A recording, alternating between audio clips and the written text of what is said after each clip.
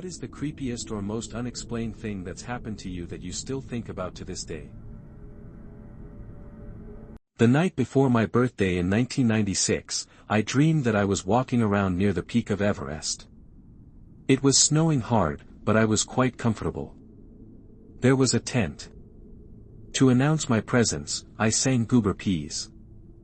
The two men inside were frightened, and I tried to calm and cheer them. I stayed with them a while and comforted them. A few years later, I read about the Everest disaster in which mountaineers had to pitch a tent too high on Everest and died there, the night before my birthday in 1996. I can't explain it, but I hope I comforted them. To this day, there was a kid in my class that no one else remembers. I distinctly remember playing with this kid in kindergarten, and we were pretty much inseparable. About a month past Christmas break he disappeared. No one remembered him. Not the teachers, or the others in my class. No one. I even asked the school counselor if he was okay, and she humored me by going through records to see if he transferred. She couldn't find a thing. I think about it at least once a month. Response. I have something similar. When I was a freshman, I think, in high school we had a pair of new students start who were twins. I remember both of them because while they were twins, they had slight differences so I could tell them apart.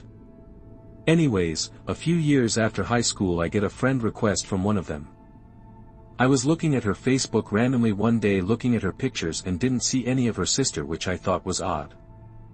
I mentioned it to my friend and she looked at me strangely and said, she doesn't have a twin.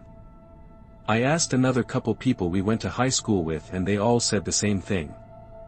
I have no idea what happened and it still baffles me because I distinctly remember two of them, but apparently there was only one. When I was 13, I moved into my brother's bedroom, as it is an extension to the original house with an ensuite and is far larger than my old room. Originally it was a tiny box room with the entrance to the attic but was extended outwards. The attic entrance is always open, with a permanent set of metal ladders angled up into it. There's a picture of it here. The gray arch is where the original room ended. Within a few weeks of moving in I'd wake up in the middle of the night to see a figure staring down me, with a white head like a skull and formless black body. It would slowly move down to the foot of my bed and stare me until I moved, at which point it would sink into the floor. Just sleep paralysis, right? And I'd begged to move into the room and had just got it set up so I wasn't going to leave. I didn't really talk about it to anyone, it gradually became less frequent over time. 8 years after this my brother mentioned at a get-together that he used to have a sleep paralysis demon when he lived in that room, a half-joking, half-freaked-out way to other people when the topic of them came up. He described the exact same fucking thing.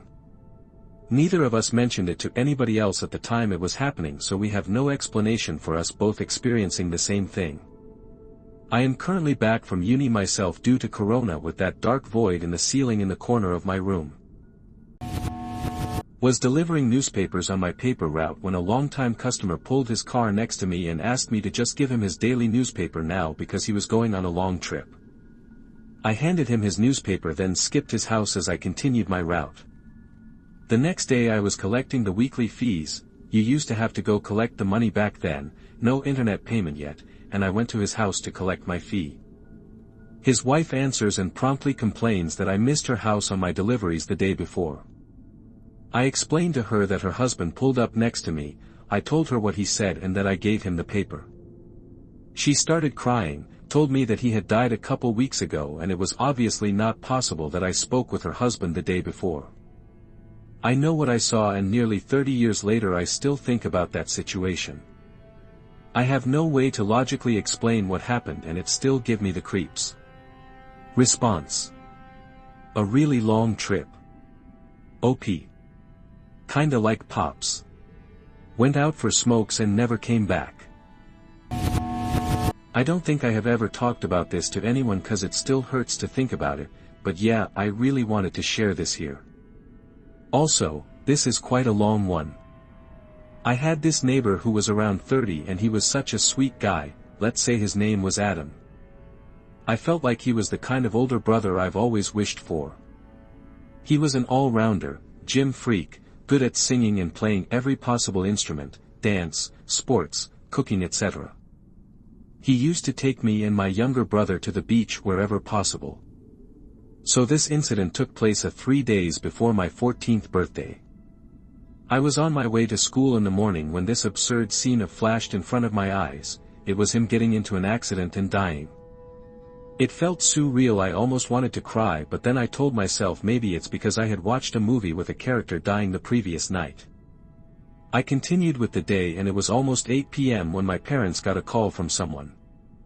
I could see their face change expressions. Once the call ended, they said they needed to go somewhere and would be back in a while. I wasn't sure what was happening, but I felt that something wasn't right.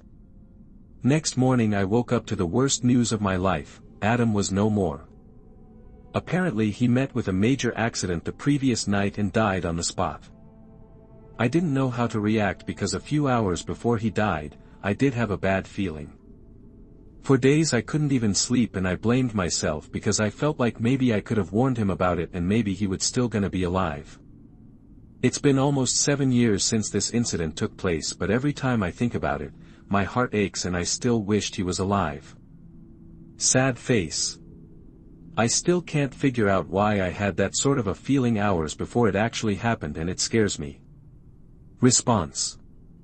My sister and I had a feeling our mom was going to die. She had some problems. But she still meant the world to us. Around 3 days later she was driving drunk and on her phone trying to dial my dad's number without a seatbelt, and she went off the road and died. Her airbags never went off.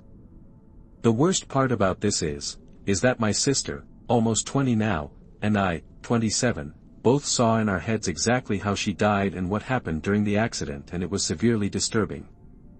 It was a single car accident, so no one else was involved. We saw this after she died, about 2 or 3 days after. Like a vision. And I read the autopsy report a few months back. What my sister and I saw in our heads was exactly what happened to her, down to a T for the most part minus a few minor details. We were on the outs, so I wasn't answering her messages before this happened. We were arguing about some things stupid a few days prior. This happened 11 months ago and I was 8 months pregnant with her first grandchild at the time. Driving home from work late one night I was followed and it was weird. I left the hospital and turned off the main road to a bunch of side streets I would take. At one point I noticed a car behind me that made the same left turn as me. They sped up to get behind me. I thought nothing of it. Then I briefly thought about running to 7-Eleven to grab some food and turned on my right signal. But I realized I had food at home, so I turned my signal off. The car behind me turned on their right signal and turned it off as well exactly as I had. At that point I got a bit spooked. So I turned my right signal on and they did as well. Instead at the next intersection I turned left even though my right signal was on. They did as well. They proceeded to follow me through a series of odd turns. Eventually I turned onto a cul-de-sac I knew about and figured I could turn around there and look at the driver to see who was following me. As I approached the end of the road they figured out what I was doing. They stopped and did a fast K-turn and sped off. It was weird. Still don't know who it was. I used to work in a nursing home where I cared for dementia patients. Every patient on the hall I worked on would steal spoons from dinner to give to the kids, because they like shiny things. It got to the point where once a week I'd have to go through everyone's room to take back the spoons. I asked the patients about the kids many times but never got a good answer. I'd hear things like, they just live here, or they stand outside in the snow and look in the windows, or they're my friends who visit. Wouldn't be so weird if they all didn't do it, but it was everyone, the ones who were still capable of speaking anyways. One time at 3 a.m. one of my patients started screaming, so I ran in her room and found her laying in bed, seemingly fine. I asked what was wrong and she said, "That boy is here again and won't get out of my closet. I'm scared." Like me too, Dolores, what the heck. Response. I used to work in a nursing home through high school in the Midwest in a tiny-ass town.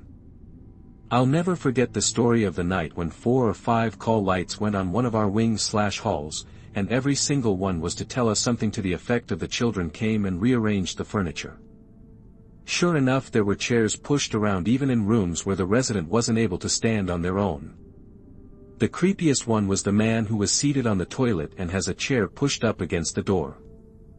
Who wasn't able to stand on his own and used a wheelchair plus someone to help him get up to it.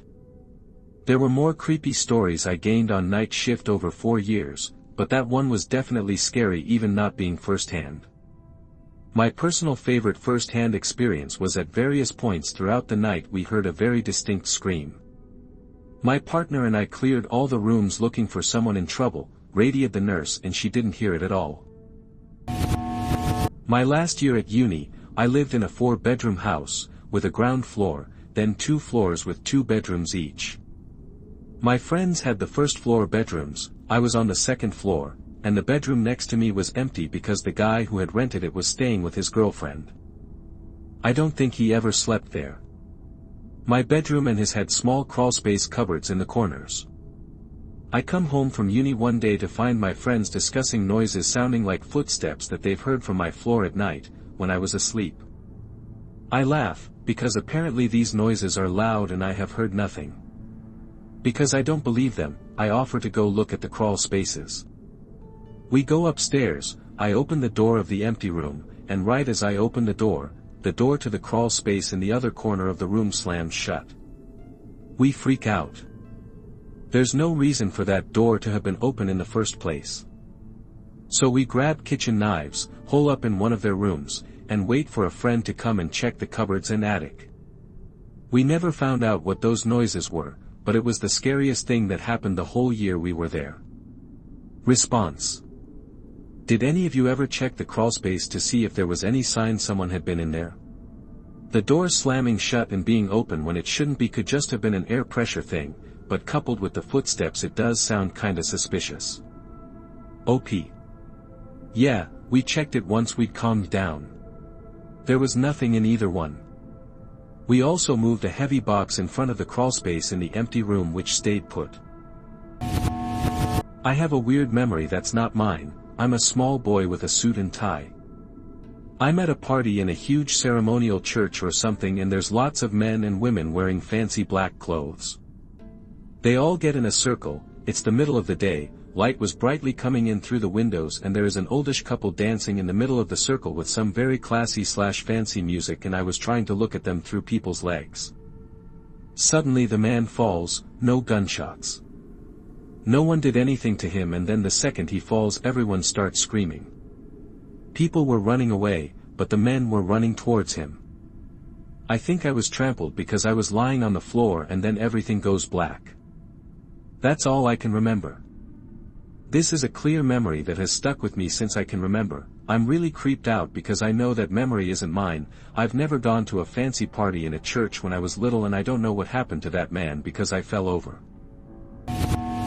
Driving from Northern California to Southern California through the middle of the night about a decade ago. I was tired, and the scenery along the freeway through the Central Valley isn't very interesting. I remember passing an old silo, looking at my car clock and it was 3:17 in the morning. Drove some more, passed a power line, and it was 3:21. I blinked, shuffled in my seat, and passed that same old silo, and it was back to 3:17.